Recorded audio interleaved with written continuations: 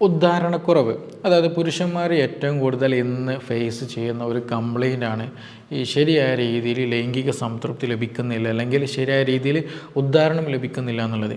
ഈ അടുത്ത് ഒരു പേഷ്യൻ്റ് എന്നെ വിളിക്കുകയുണ്ടായി.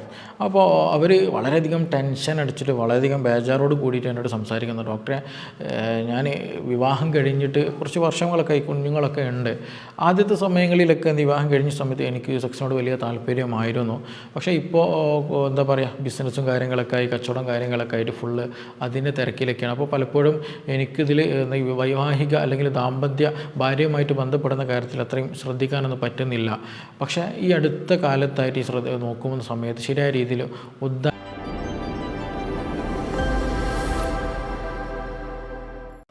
ഉദ്ധാരണക്കുറവ്, അതായത് പുരുഷന്മാർ ഏറ്റവും കൂടുതൽ ഇന്ന് ഫേസ് ചെയ്യുന്ന ഒരു കംപ്ലൈൻ്റാണ് ഈ ശരിയായ രീതിയിൽ ലൈംഗിക സംതൃപ്തി ലഭിക്കുന്നില്ല, അല്ലെങ്കിൽ ശരിയായ രീതിയിൽ ഉദ്ധാരണം ലഭിക്കുന്നില്ല എന്നുള്ളത്.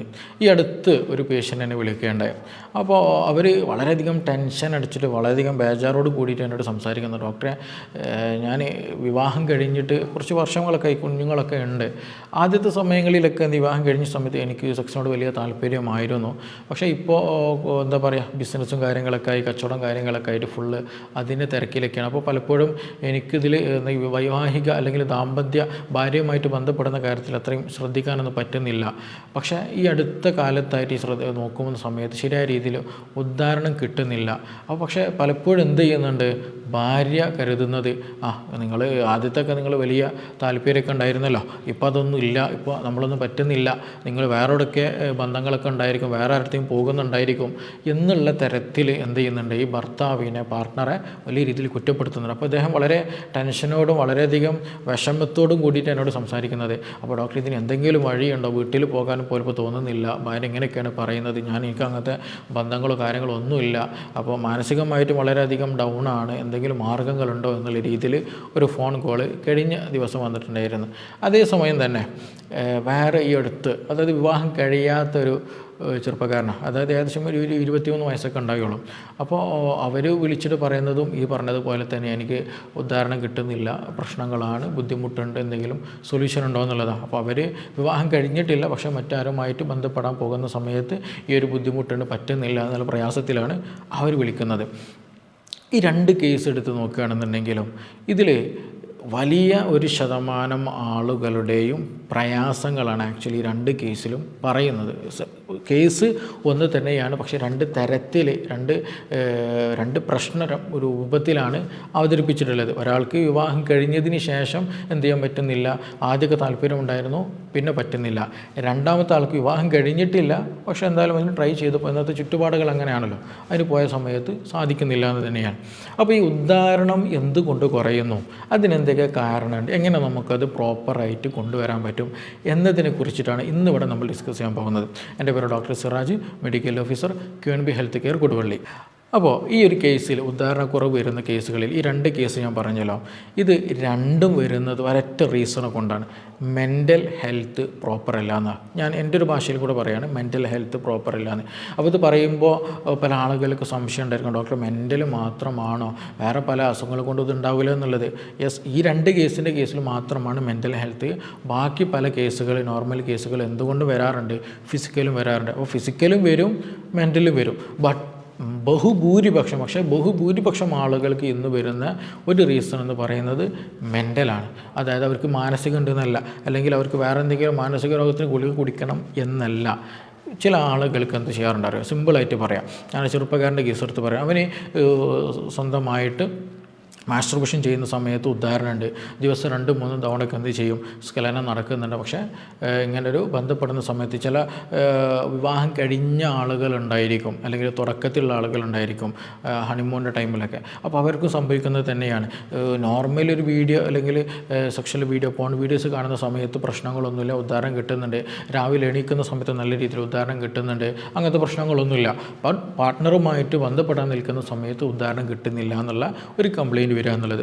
അവിടെ സിമ്പിളായിട്ട് നമുക്ക് മനസ്സിലാക്കാൻ പറ്റുന്നൊരു കാര്യമാണ് എന്താണ്, അല്ലാത്ത പാർട്ട്ണറുമായിട്ട് ബന്ധപ്പെടാൻ നിൽക്കുന്ന സമയത്താണ് എന്ത് കിട്ടാത്തത്, ഉദാഹരണം കിട്ടാത്തത്. ബാക്കി സമയത്തൊക്കെ എന്തുണ്ട്, ഉദാഹരണം കിട്ടുന്നുണ്ട്. അതിനർത്ഥം എന്താണ്, എല്ലാ സമയത്തും ആൾ ഫിസിക്കൽ ഹെൽത്ത് പ്രോപ്പറാണ്. ഫിസിക്കൽ ഹെൽത്ത് പ്രോപ്പറാണ്, അവർക്ക് നല്ല രീതിയിൽ സർക്കുലേഷൻ ഉണ്ട്, നല്ല രീതിയിൽ ടെസ്റ്റോസ്റ്ററോൺ ഹോർമോൺ കാര്യങ്ങൾക്ക് പ്രൊഡ്യൂസ് ചെയ്യുന്നുണ്ട്. ഇതിന് ഒരു ഉദാഹരണമാണ്. ഇനി അഥവാ ഫിസിക്കൽ ഹെൽത്ത് പ്രോപ്പർ അല്ല, ശാരീരികമായിട്ട് എന്തെങ്കിലും പ്രശ്നങ്ങളുണ്ട്, രക്തോട്ടമൊക്കെ കുറവാണ്, ഹോർമോണിൻ്റെ അളവൊക്കെ കുറവാണ് എന്നുണ്ടെങ്കിൽ ഫുൾ ടൈം എന്തായിരിക്കണം, ഉദാഹരണം കിട്ടാതെ ആകെ ഡൗൺ ആയിട്ട് ഇരിക്കുന്ന, ഒരു മൂഡ് ഓഫ് ആയിട്ട് ഇരിക്കുന്ന കണ്ടീഷനായിരിക്കും ഉണ്ടാകേണ്ടത്. ബട്ട് ഇവിടെ എന്താ സംഭവിക്കുന്നത്, പാർട്ട്ണറുമായിട്ട് ബന്ധപ്പെടാൻ നിൽക്കുന്ന സമയത്ത് മാത്രം പ്രശ്നം വരിക. അതെന്തുകൊണ്ടാണ് അങ്ങനെ വരുന്നത്, പാർട്ട്ണറുമായിട്ട് ബന്ധപ്പെടാൻ നിൽക്കുന്ന സമയത്ത് നമ്മുടെ അല്ലെങ്കിൽ ആ പാർട്ട്ണറുടെ വ്യക്തിയുടെ മൈൻഡ് മാറിപ്പോകുന്ന അവസ്ഥ വരിക എന്ന് തന്നെയാണ്. അപ്പോൾ അത് ഈ പറയുമ്പോൾ ചിലപ്പോൾ കൺഫ്യൂഷൻ വരും, എനിക്ക് ഡോക്ടറെ മാനസിക പ്രശ്നങ്ങളൊന്നും ഇല്ലല്ലോ, അല്ലെങ്കിൽ വേറെ ബുദ്ധിമുട്ടൊന്നും ഇല്ലല്ലോ, അതിനൊന്നും ആവശ്യം ഇല്ല. അപ്പോൾ അത് സിമ്പിളായിട്ട് പറയുകയാണെങ്കിൽ നമ്മൾ ചിലപ്പം ബന്ധപ്പെടുന്ന സമയത്ത് എന്തുണ്ടായിരിക്കും, മുമ്പ് എപ്പോഴോ ഒരു ഫെയിലിംഗ് വന്നിട്ടുണ്ട്, ഒരു സാറ്റിസ്ഫാക്ഷൻ വന്നിട്ടുണ്ടായില്ല, ഒരു കംപ്ലീറ്റ് ഒരു സാറ്റിസ്ഫാക്ഷനിലേക്ക് എത്തിയിട്ടുണ്ടായിരിക്കില്ല. ബട്ട് പിന്നീട് നമ്മൾ ബന്ധപ്പെടുന്ന സമയത്ത് ഇങ്ങനെ മൈൻഡിൽ തോന്നിപ്പോവുക, ഇത് ഇന്നലത്തെ തന്നെ പഴയ മുമ്പത്തെ അതേപോലെ ആയി പോകുമോ, ഫെയിലായി പോകുമോ എന്നുള്ള ആ ഒരു വ്യഗ്രത അല്ലെങ്കിൽ ആ ഒരു കൺഫ്യൂഷൻ വന്നു കഴിഞ്ഞാൽ തന്നെ എന്ത് ചെയ്യും, ആകെ ഡൗൺ ആയി പോകും. ഉദാഹരണം ഉണ്ടായതും എല്ലാം ഡൗൺ ആയി പോകും. അപ്പോൾ സ്വാഭാവികമായിട്ട് എന്ത് ചെയ്യും, നമ്മൾ ബിഗിനിങ്ങിൽ ചെറിയ രൂപത്തിൽ ഉദാഹരണം കണ്ടു, ബട്ട് പെട്ടെന്ന് ഡൗൺ ആയി പോകുന്നൊരവസ്ഥ, ശരിയായ രീതിയിൽ ഇൻസേർട്ടിങ്ങിന് സാധിക്കാത്തൊരവസ്ഥ, ഇൻ്റർകോഴ്സിന് സാധിക്കാത്തൊരവസ്ഥ ഇങ്ങനെയുള്ള ആളുകൾക്ക് വന്നു പോകാറുണ്ട്. അപ്പോൾ അവർ ഫിസിക്കലി എത്ര ഹെൽത്തായിട്ട് കാര്യമില്ല, എത്ര രീതിയിൽ കൊളസ്ട്രോൾ ഉണ്ടാവില്ല, ഹാർട്ടിന് മറ്റ് അസുഖങ്ങളോ മരുന്നൊന്നും കുടിക്കാത്ത ആളുകൾ, ഇൻഫ്ലമേഷൻ ഒന്നും ഉണ്ടായിരിക്കില്ല, ഡയബറ്റീസ് ഒന്നും ഉണ്ടായിരിക്കില്ല. ബട്ട് നമ്മൾ മെൻ്റലി അവിടെ ഓക്കെ അല്ല എന്നുണ്ടെങ്കിൽ പ്രശ്നമാണ്. ഇങ്ങനെയുള്ള ആളുകൾ, മാനസികമായിട്ട് പ്രശ്നങ്ങളൊക്കെ കൺഫ്യൂഷനൊക്കെ ഉള്ള ആളുകൾ നിർബന്ധമായിട്ട് ശ്രദ്ധിക്കേണ്ട ഒരു കാര്യമുണ്ട്. എന്താ അറിയുമോ, ഈ പറഞ്ഞതുപോലെ രണ്ടുപേരും ബന്ധപ്പെടുന്നതിന് മുമ്പായിട്ട് ഓപ്പൺ ഡിസ്കഷൻ ചെയ്യുക എന്നുള്ളതാണ്. ഓപ്പണായിട്ട് സംസാരിക്കുക. നമ്മുടെ ബിസിനസ് സംബന്ധമായിട്ടുള്ള, ഫ്രണ്ട്സ് റിലേറ്റഡ് ആയിട്ടുള്ള മറ്റു പല എന്താ പറയുക സാമൂഹിക വിഷയങ്ങളെല്ലാം എന്ത് ചെയ്യണം, നമ്മുടെ റൂമിൻ്റെ പുറത്ത് നിർത്തണം. എന്നിട്ട് ഫിസിക്കലി കോണ്ടാക്റ്റ് വരുന്നതിന് മുമ്പായിട്ട് എന്ത് ചെയ്യണം, രണ്ടുപേരും മാനസികമായിട്ട്, അവിടെയാണ് ഫോർ പ്ലേക്ക് വളരെയധികം പ്രാധാന്യമുള്ളത്.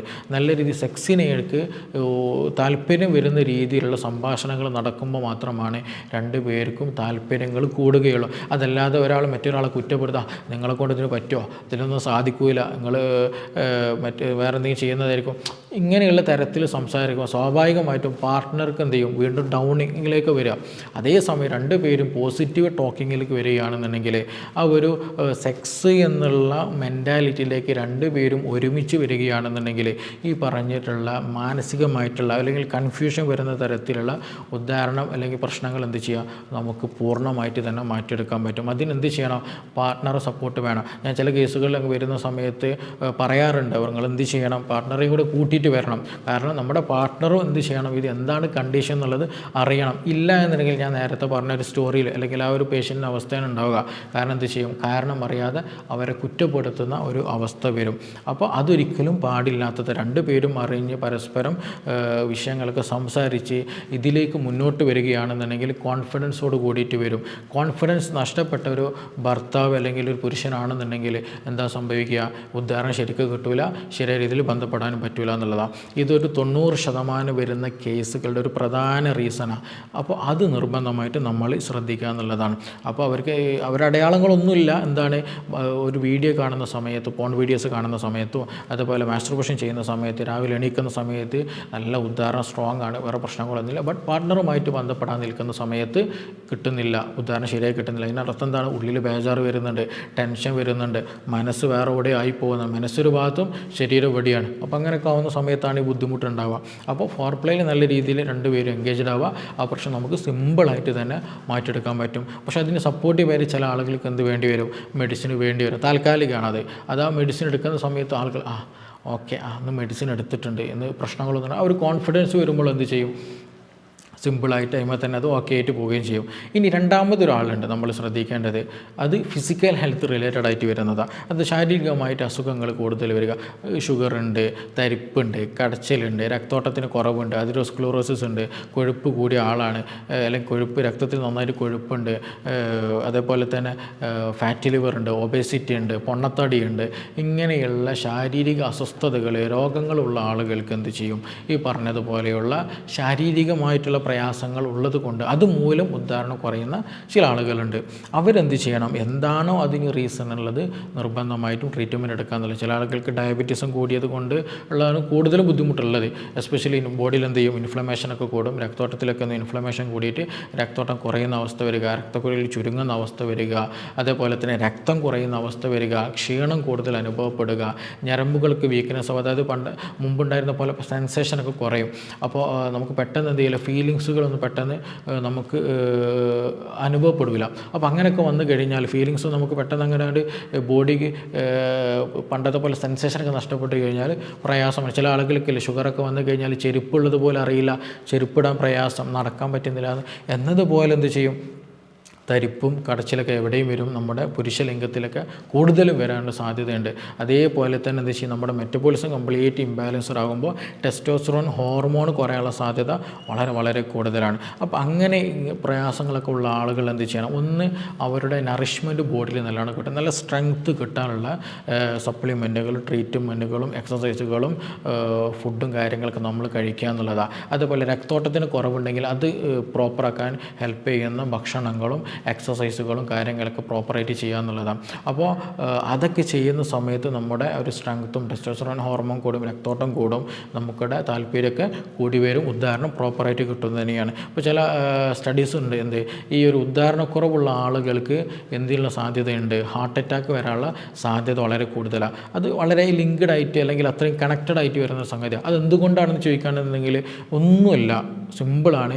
ഈ ഇൻഫ്ലമേഷൻ, അതായത് രക്തക്കുഴലുകളിൽ ഇൻഫ്ലമേഷൻ വരുന്ന സമയത്താണ് അറ്റാക്കും വരുന്നത്. അതേസമയം ചില ആളുകൾക്ക് എന്തിനുള്ള സാധ്യത ഉള്ളത്, ഉദാഹരണം കുറയാനുള്ള സാധ്യതയും കൂടുതൽ. കാരണം ഈ രക്തക്കുഴലുകൾ, നമ്മുടെ ലിംഗത്തിലുണ്ടാകുന്ന രക്തക്കുഴലുകളുണ്ട്, രക്തം വരുന്ന ഭാഗങ്ങൾ, അവിടെ ഇൻഫ്ലമേഷൻ വന്നു കഴിഞ്ഞാൽ ശരിയായ രീതിയിൽ പ്രോപ്പറായിട്ട് എന്ത് ചെയ്യില്ല, രക്തം ഫില്ലാകില്ല. രക്തം ഫില്ലാകുന്ന സമയത്താണ് അത് ഉദ്ധരിക്കുന്നത്, പുരുഷൻ്റെ ലിംഗം ഉദ്ധരിക്കുന്നത്.